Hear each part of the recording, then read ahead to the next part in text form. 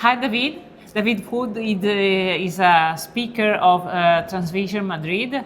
He closed this one of the last session this afternoon, and very interesting your approach, because you are talking about economy of longevity. So tell us how is growing this market, and if there is some difference between US and Europe, and how is the perspective to growing in the next days, the next years and decades? So the economy means many different things. Where I like to start is that currently older people are getting sicker and they're costing the economy a lot more money. Yes. First of all, they're not able to work because they've got multiple infirmities, not just one thing wrong. As we get older, many things tend to go wrong. And so they're not able to work and they need to consume lots of healthcare resources.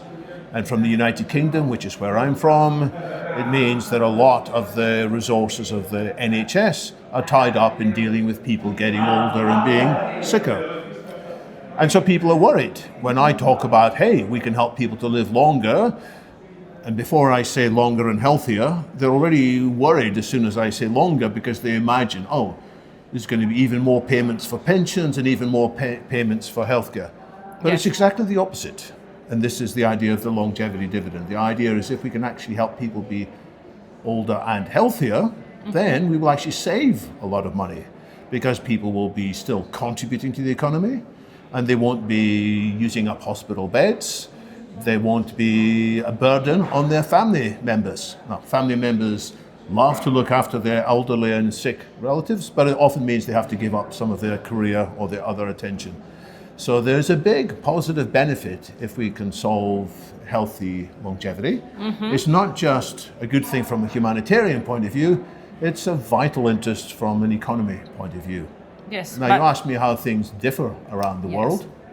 Yes, but in this moment, to take care of our longevity, we have to spend a lot of money for doing a lot of investigation, tests, or treatment that are not available for everyone, and government are not touching this point, because for example in Europe or in Spain, what they are doing is just prescription of the medicine and nothing more. So what is your suggestion for take care to people that are able to work a long time, but in health?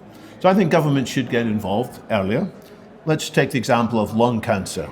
There's a lot of people who had lung cancer and it was very expensive. And you can solve that in two ways. You can either try and find cheaper ways to treat lung cancer, or you can spend more money preventing one of the main causes of lung cancer, which is smoking, either direct smoking or indirect secondary smoking.